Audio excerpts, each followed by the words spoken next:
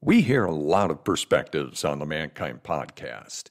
Inclusion of a guest is not an endorsement of their views, and the opinions expressed here do not always represent the mission or values of the Mankind Project USA.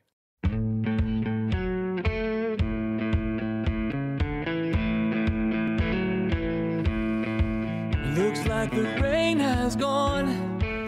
Welcome back to the Mankind Podcast. Glad to have you with us, where we are setting out to prove and show you that there's more than one way to be a man. Today, I am thrilled to sit down with an old friend. I'm calling him an old friend. That's kind of cool. We've known each other a long time now. Frederick Marx. So, Frederick, welcome. Thank you for being here. Oh, my pleasure. Yeah, it's good to see you, Boysen, and great to have this conversation. I'm really looking forward to sharing it with MKP brothers. Yeah, me too. So, as introduction, Frederick Marx is an internationally acclaimed Oscar and Emmy-nominated director and writer with over 45 years in the film business. He was named a Chicago Tribune Artist of the Year. He's a Guggenheim Fellow and a recipient of the Robert F. Kennedy Special Achievement Award. His 1994 Academy Award-nominated film Hoop Dreams was an international award-winning documentary. It was called the Best Documentary of the Decade by Roger Ebert.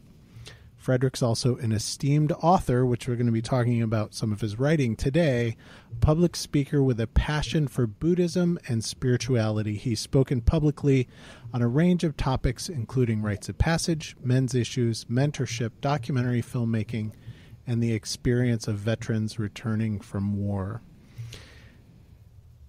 And Frederick and I have known each other for probably 15 years now. I'm thinking, yeah, at least, yeah. Something like that. So it's really cool to have you here. So I'm going to open with a question that is going to just take us right into the kind of heart of what I want to talk about with you today. Why is ritual so important? Yeah, I feel like in the culture that we live in, I was just looking actually at the newspaper yesterday, talking about the latest statistics of people who adhere to a certain religion in the United States. And it used to be something like 75% identified with a particular religion as recently as 20, 25, 30 years ago. And now it's down below 50%. It's about 47%. And I think that religion, for most people, constitutes a locus of meaning for their lives. And I think that for the vast majority of people who are either atheists or agnostic and don't follow any given religion, there's a real fundamental sense of loss, however conscious they may be of that, for that kind of central locus of meaning in their lives. And I think that it can be found. That's the point. It can be found, and it can be found through self-created ritual.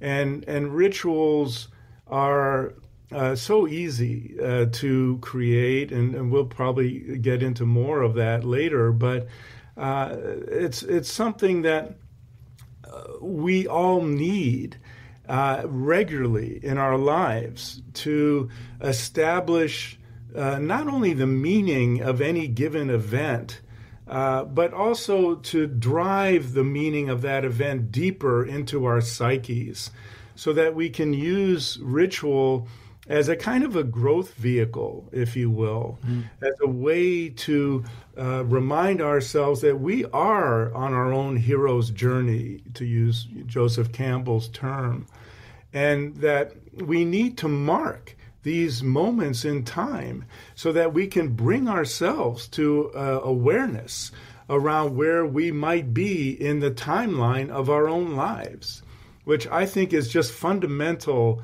not only for deepening our own personal appreciation and understanding of our lives, but also for establishing deeper bonds with family and community, because ritual is the fundament of community. And without regularly practiced rituals, we cannot have a deeper appreciation and understanding of each other, working in unison in however we define the term community.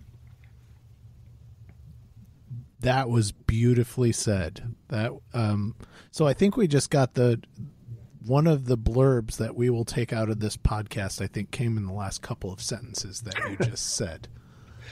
Fundamental. So they have a meaning-making function. They have a marking function. They have a community-building and relationship function. And let's go personal. So when you and I spoke not too long ago, and you also talk about this in your book, which we're going to get into, you had a significant, you've had several, but you had a significant loss of a partner a few years ago. And one of the stories you told me was about a ritual around that. Would you mind telling us that story? Yeah, I'm not sure exactly what particular ritual you're referring to, but so the headline is, I lost my beloved wife 5 years and 3 months ago. And I certainly did not plan for this. I certainly did not expect this, but the grief became a rite of passage for me into my eldership, into a clear definition and understanding of what the final third of my life will be about. And interestingly enough, the book that I wrote about that experience, At Death Do Us Part, became a vehicle for reflecting that back to me so that I could begin to understand the context for what it was that I was experiencing. And it also, again, to prove what I just said a moment ago, it helped deepen that experience so that unlike many people, and certainly the grief still shows up for me from time to time, but I was largely through this threshold, this I'm inclined to call it a keyhole, this keyhole of grief within about 5-6 months, which is actually relatively fast, considering that many people take many years to process the grief from the loss of someone who is so dear. So at any rate, it helped me to understand how grief itself is a rite of passage if it's deep enough and the proximate cause is devastating enough. The loss of a partner, the loss of a child, and even the loss of a parent or some other relative. So we can talk more about that if you want, but yeah, grief can be a powerful rite of passage. Thank you. Yeah, we'll definitely circle back around to grief. So let's move to the reason that I initially reached out to you for this podcast episode was because I saw you I'm on your email list, and you sent out some notifications that you had a new book out. And that book is called Rites to a Good Life, Everyday Rituals of Healing and Transformation. And I downloaded the book on Audible and started listening to the book. And very shortly after I started listening to the book, I started telling everyone that I know in MKP to go and download this book. And I was specific, go download the book because of one particular thing that you do in the book, which we'll get into. But first, let's talk about the inspiration for Rites to a Good Life. So where did this come from? You know, the book at its earliest beginnings began where all of the work that has informed the last 30 years of my life began, which is research and deepening my understanding of what constitutes mature masculinity, and how MKP became a huge component of that for me. But it began when I was 9 years old, and my father died very suddenly of a heart attack. He was 41 years old. He said goodnight to me that night, had a heart attack in the middle of the night, disappeared in an ambulance, and then died the next morning. And I never got to see him again or say goodbye to him. And then on the way to the funeral, his younger brother, my uncle, he put his hand on my shoulder and he said, "Well, Freddie, you're the man of the house now."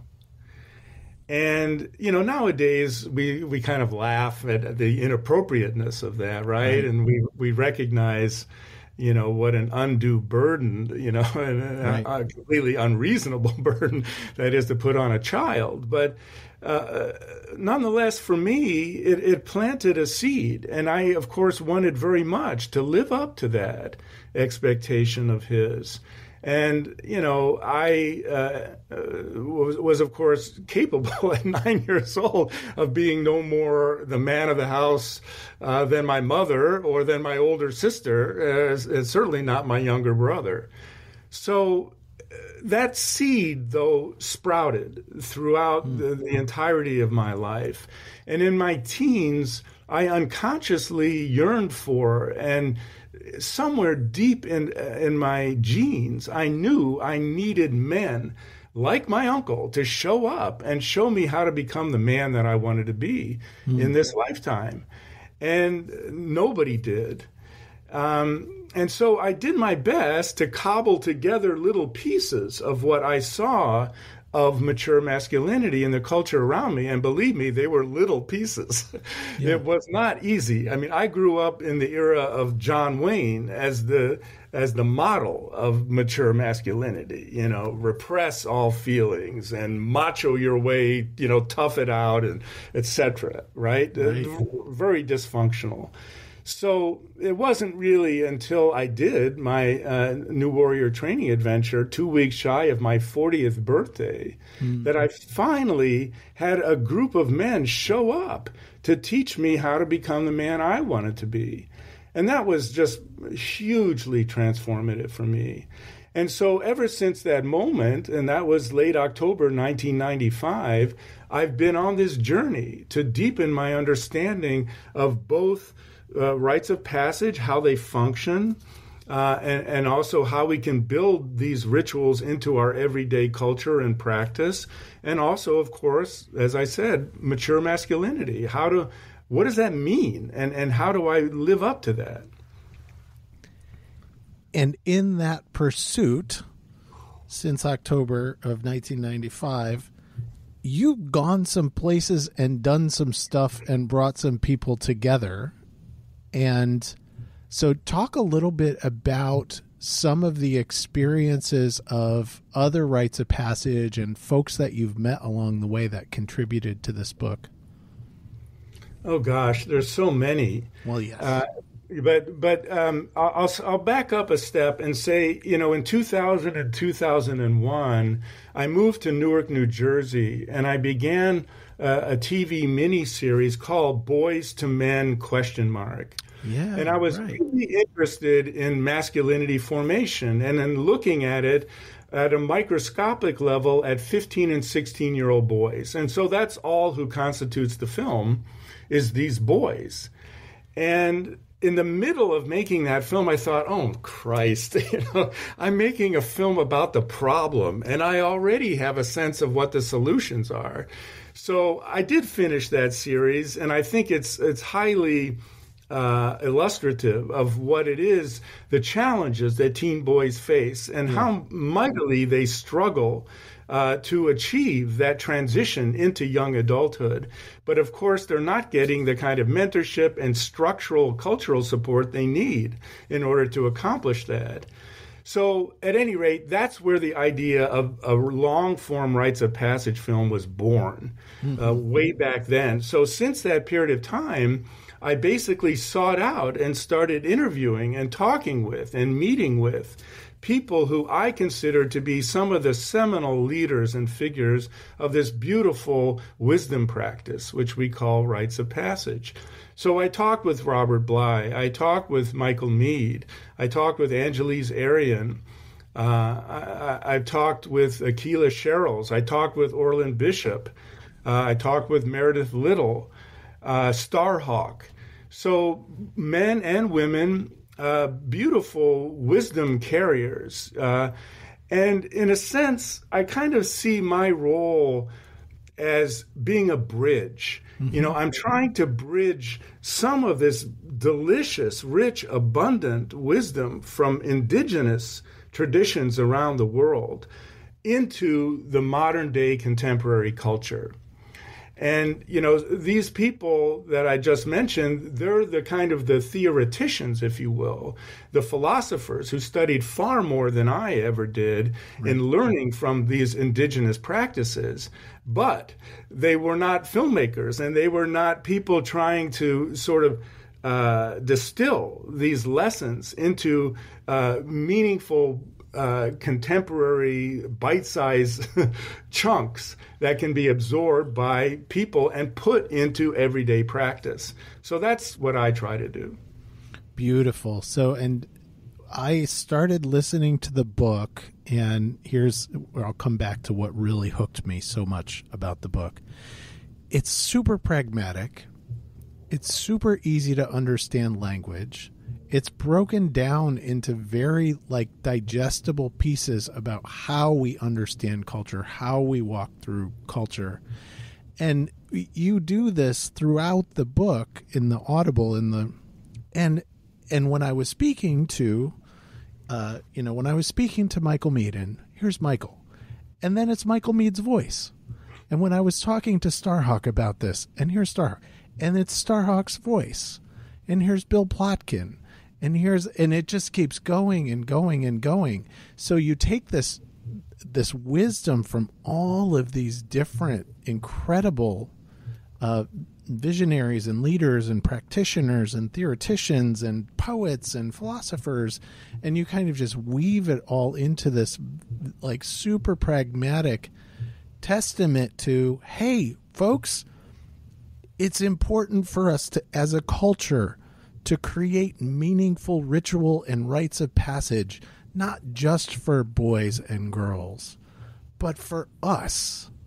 It's important for us as communities.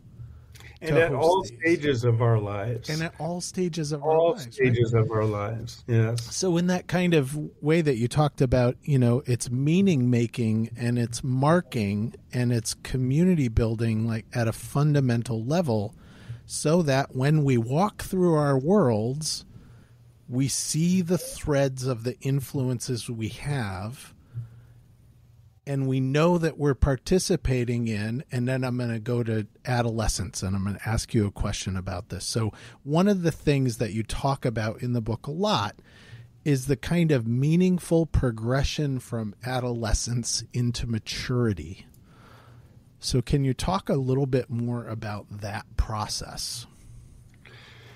Yeah, well, and it's by maturity, it's in a sense the first stage of adult maturity, because we continue to mature and grow, and hopefully up until our final breaths, because I certainly want to be conscious and experiencing my own death as a final stage of growth. What does this event have to teach me? That's exactly how I want to approach it. So Bill Plotkin is probably one of the best thinkers on this subject that I'm aware of that transition from adolescence into young adulthood. And he breaks it into two separate initiatory phases. The first one is basically puberty, roughly around the age 12, 13, 14. And of course, the physiological changes that come to the body for both boys and girls around that time. And that there are certain different skill sets that are acquired at any given rite of passage, but particularly at this one, it's about team bonding and group identification, social skills, on and on. And so, and then he makes a distinction between that rite of passage and then the one at late adolescence, which typically happens maybe 17, 18, 19. where that becomes what he calls our soul initiation. So we become introduced to our calling at a soul level, if you will, what it is that each of us as unique human beings is entrusted with in this lifetime to fulfill. Because I hold that we each, and well, of course I hold it, I've been taught this by my teachers, but that we each have a sacred purpose at some level. And it's absolutely essential that we become deeply familiar with that purpose. So back to late adolescent initiation, early puberty, early adolescent is about ego strengthening and building so that we have that strong sense of self, which is really essential, that we need that for facing the coming challenges of the world. The paradox and irony is that late adolescent initiation is deconstructing that self, is about, well, guess what? That ego will only take you so far. And in fact, there's something much deeper than that that binds us together fundamentally as human beings. And so you need to discover that connection. And in order to do that, you have to break apart that ego that you've constructed so thoughtfully and carefully these last 5, 6, 7 years.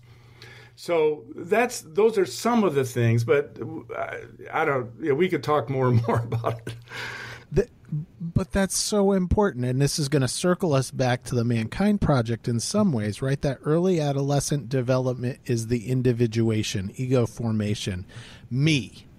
Yes. Me. Screw you. I'm pushing against the boundaries. I'm rebelling against what, the unfairness. I'm doing all of those things that I did as a teenager, that we do as teenagers, right? To push against that and say, I'm me. And I figure out how me I am and how I am me and all of those things. And then for most of us, and this comes through in the book from a lot of the wisdom keepers that you speak to, for a lot of us in our culture, we look around and we see, as Bly called it, the sibling society, right? That's where we stay. If you're enjoying the Mankind Podcast, how about taking another step? Now this one takes some courage. And you have it. Come check out the Men's Work Introduction. It's 3 sessions over 3 weeks. New sessions start every month where you can join other men on the path. Go to bit.ly/menswork1. Me, my individual, myself, my self-fulfillment, my consumption, what's important to me, all of that stuff. And then what this book and what you do with going deeper into that engagement is like, okay, great. You're beautiful. I love you. I honor all of that individuation that you've done. Now, boom, recognize that there's something bigger than you. Yes. Tom Wolfe was the one who coined the term the me decade for the 1980s. I think we live in the me century. We live in the me culture, right? Yes. We're surrounded by messages that basically focus on our individuality, and that if we're feeling something wrong, this is in no way part of a collective phenomenon, much less part of what could be a collective solution, right? Reaching out to our brothers and sisters and getting the recognition and feedback and support that we need to help us through whatever we're going through. So, yes, it's about us. And Plotkin, I think, rightfully says many people, even though, yes, theoretically this should happen in late adolescence, do not accomplish this rite of passage in their entire lives, right? They do not. And that is so sad. Yeah. Yes, that is so sad. And so you've been around longer than I have in MKP. I've been around since 2004 in the Mankind Project. And that's something that I think just keeps getting clearer and clearer to me for myself and for men that I see around me, is like overcoming this adolescent mentality is the life's journey, right? And I can't do it by myself. And I'm also really shitty accountability partner for myself when I can, through going through and creating meaningful ritual and creating meaningful community and building these things around me, have other men and women in my life who can call me to that higher self. Like, okay, Boysen, what the fuck are you here to do? Yes. How are you giving your gifts? Yes. And, that's something, I talk about this in the book, but that's one of the dozens of lessons I've learned from MKP and men's work, is that's one way that men love each other, by being fiercely confrontive of each other, by saying, dude, I know you, I love you, and in taking this action that you're talking about, I do not see that as serving your highest self-interest, much less those around you. I see that as coming out of shadow or selfishness or whatever, but I'm going to hold up this fierce mirror to you and invite you to take a look and see, really, am I really called to my highest self here? Or am I, acting out of pettiness, really? So I love that about men in our men's network, that, being fierce and being in each other's faces is actually an act of love. It's not, so it has so many negative connotations in the society in which we live today. And, a lot of people immediately conflate it with anger, for example, or worse, rage, and conflate it with abuse. Mm-hmm. And there are very strict distinctions between these things, very strict and very clear. So anyway, it's important that we all get clear around this, so that when we're called into our sovereignty and we're called into our warriorship, we can respond with fierceness and directness and absolute clarity, but not with any of those shadow connections to abuse or anger or any of the rest. Yeah, beautiful distinctions. And the only way to get there is to practice, right? Yep. Yeah. The only way to get there is to engage actively in a practice and have some commitment to that. So I'm going to throw this term out at you and see if you can expand on it a little bit. You used a Hawaiian term. I think it's a Hawaiian term, kuleana? Yes. Yes, it is a Hawaiian term. Yeah. It's a wonderful Hawaiian term. It means rights and responsibilities. And it's interesting because in our English culture, in our language usage today, those are vastly different, if not opposite categories, right? Rights and responsibilities? Wait a minute. So the Hawaiian culture has fused these two notions into one. And they understand that with every right comes a commensurate responsibility. And with every responsibility comes a commensurate right.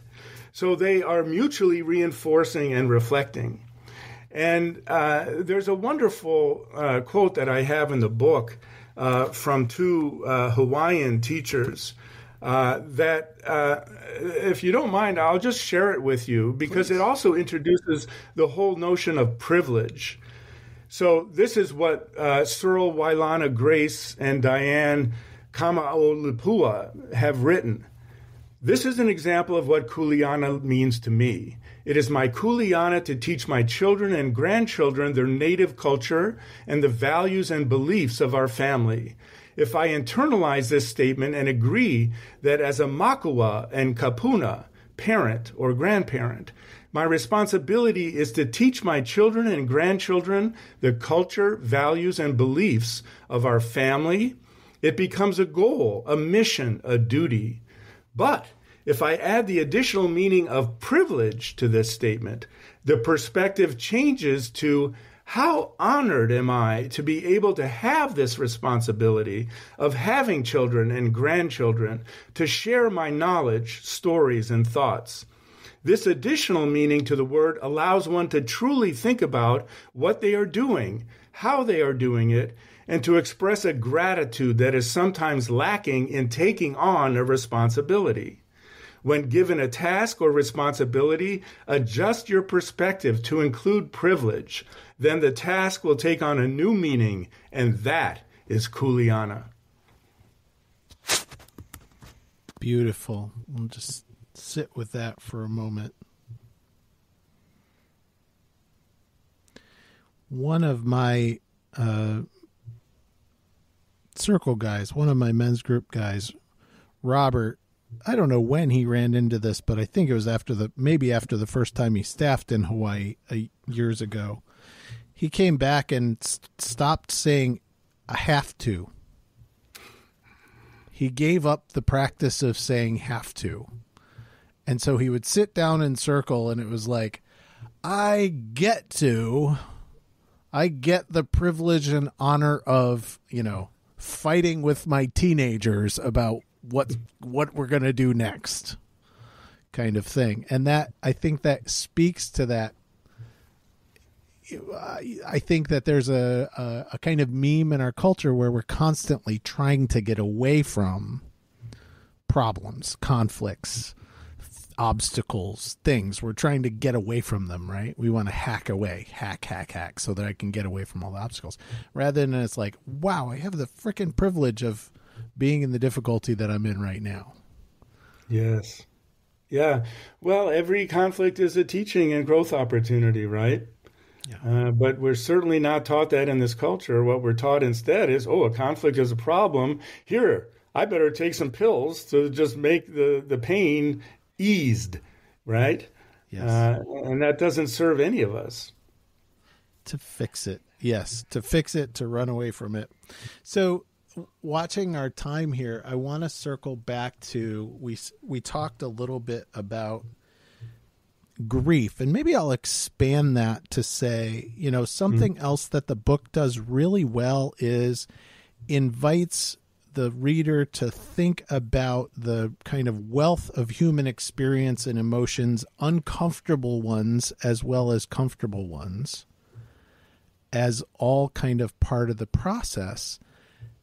And I see that I believe, I assess that our culture has a real problem with repressed, difficult emotions.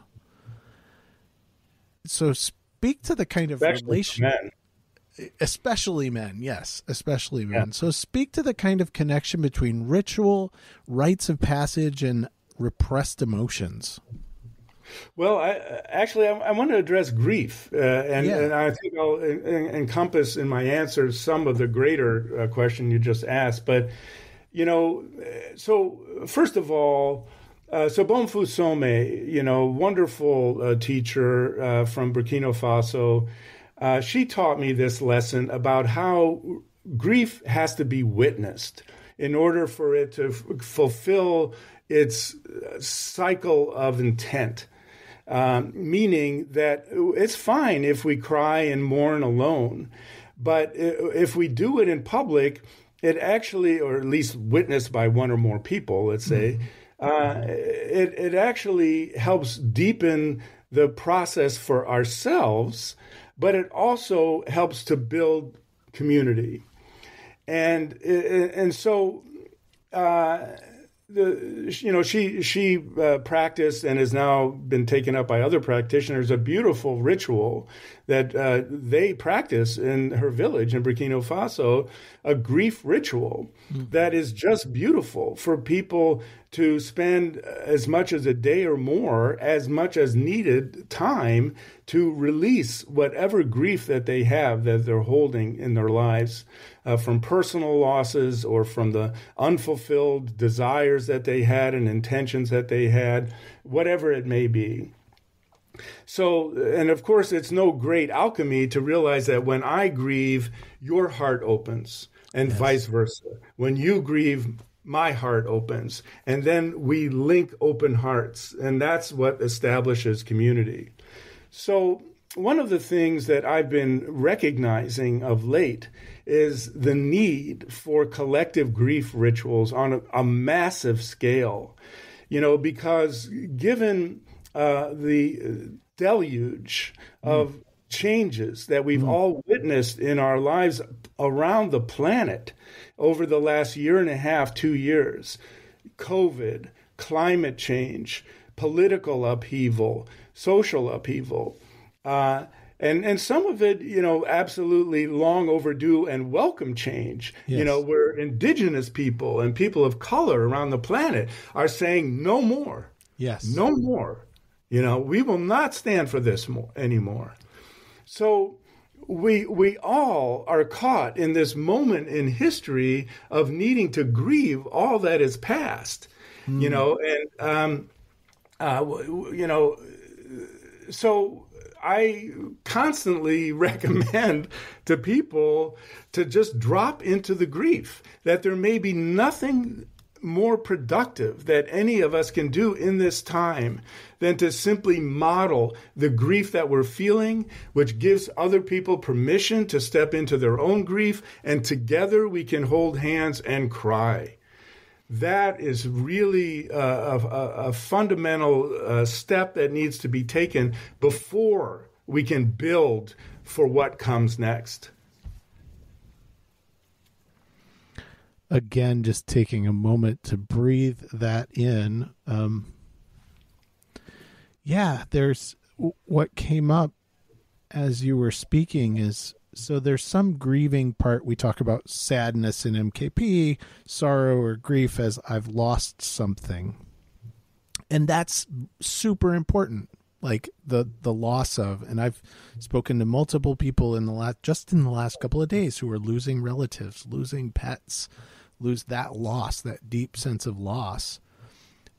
And there's also, I think, in kind of this larger cultural piece, there's a sense that we are not listening to the no that the universe is trying to give us, or that parts of our culture are trying to give us, right? And then there's a grieving underneath that too. It's like the parental voice that says, no, that's gone.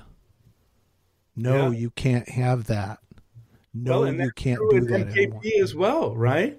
We as MKP men have to grieve the loss of the NWTAs that we used to know and love, because that form, it might be gone forever, and I see a lot of men grasping almost violently to hold on to that. And yes, it's coming from a good place, and that's not the reality that we may be looking at, for our futures.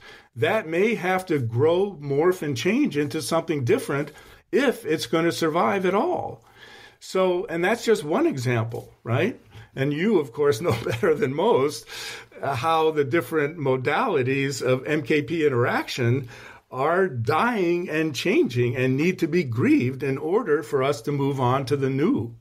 Evolving to move forward. Yes, evolving to move forward. You and I also share, and this was where we'll wrap, you and I also share a connection to cushions, let's just say. I'm sorry, to what? Cushions. Oh, cushions. Yeah, meditation. A connection to our Zafus and Zabutans out there in the world. Yes. And I'm reminded, so 4 pillars, or, the kind of Zen practice of let go. Yeah. Like, you're not going to sit down, shut up, hold still, let go. Yes. And I think that is a level of this kind of ritual as a culture that it's very hard to convince somebody to sit down and let go. Yeah. Well, one of the fundamental ways to understand rite of passage is to understand that, again, in order to move on to a new phase of growth, we have to symbolically die to what it was that was standing in the way of that appearing in the past. And so people don't like to die. And, and yet it's something that we all need to get more adept at, because in a sense, we are dying to each moment, right? Yes. Every time you take a breath, you're dying to what existed before that intake of new air. And you are dying to what existed in your body when you were releasing that exhale. So we need to get much more comfortable and familiar with death and learn that it can be the most powerful teacher that we have. And so that's why so many practitioners of meditation practice say we go to the cushion to die, right? To die to all of that investment that we have in the world being a certain way and in doing all of what we wanted to do to fulfill all of our desires. We have to die to the fact that that we are going to lose to the really unaccepted proposition that we're going to lose everyone near and dear to us in this lifetime, because that is a fundamental reality of this human life. So we cannot hold on. So we have to let go, and we have to practice that letting go. So anyway, I don't know if that even answers your question, but that's what comes up for me.